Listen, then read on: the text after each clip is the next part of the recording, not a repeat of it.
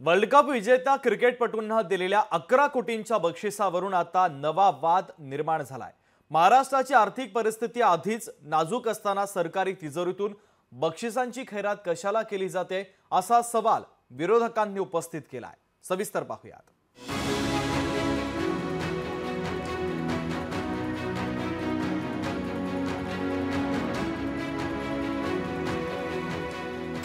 क्रिकेटपटूंना दिलेल्या 11 कोटींच्या बक्षिसांवरून वाद।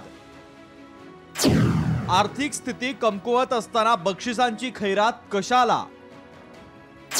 क्रिकेटपटूंना दिलेल्या बक्षिसांवरून सत्ताधारी विरोधकांत जुंपली।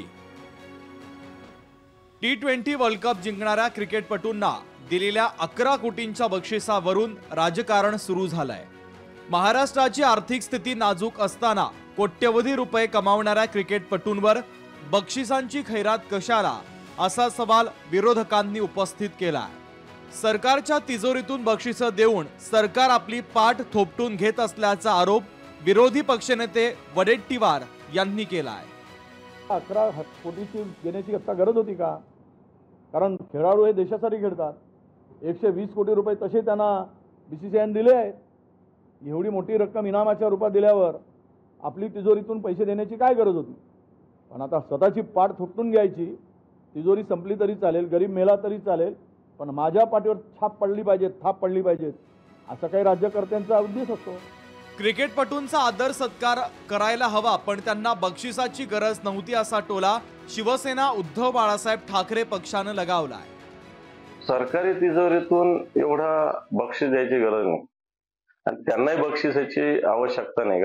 असं असताना अशा याच्यातून सुद्धा मोठा मानधन मिळत असतं क्रिकेटपटूंना।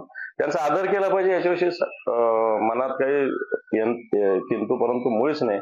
तो एवढा मोठा निधी राज्याच्या तिजोरीतून देण्याची आवश्यकता नाही। मुख्यमंत्र्यांना फार वाटलं तर स्वतःच्या खिशातून द्यायला पाहिजे। विरोधकांनी केलेले आरोप सत्ताधाऱ्यांनी मात्र फेटाळून लावले।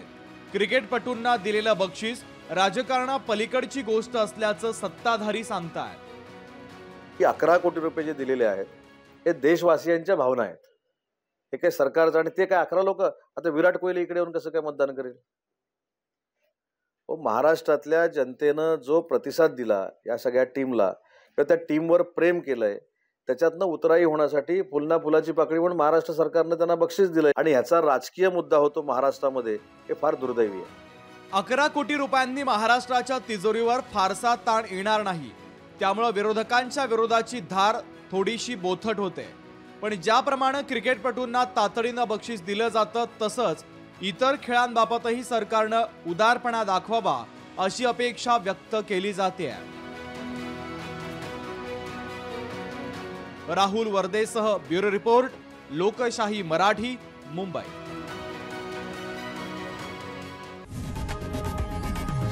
लोकशाही मराठी ऐका, पहा, जागरूक रहा।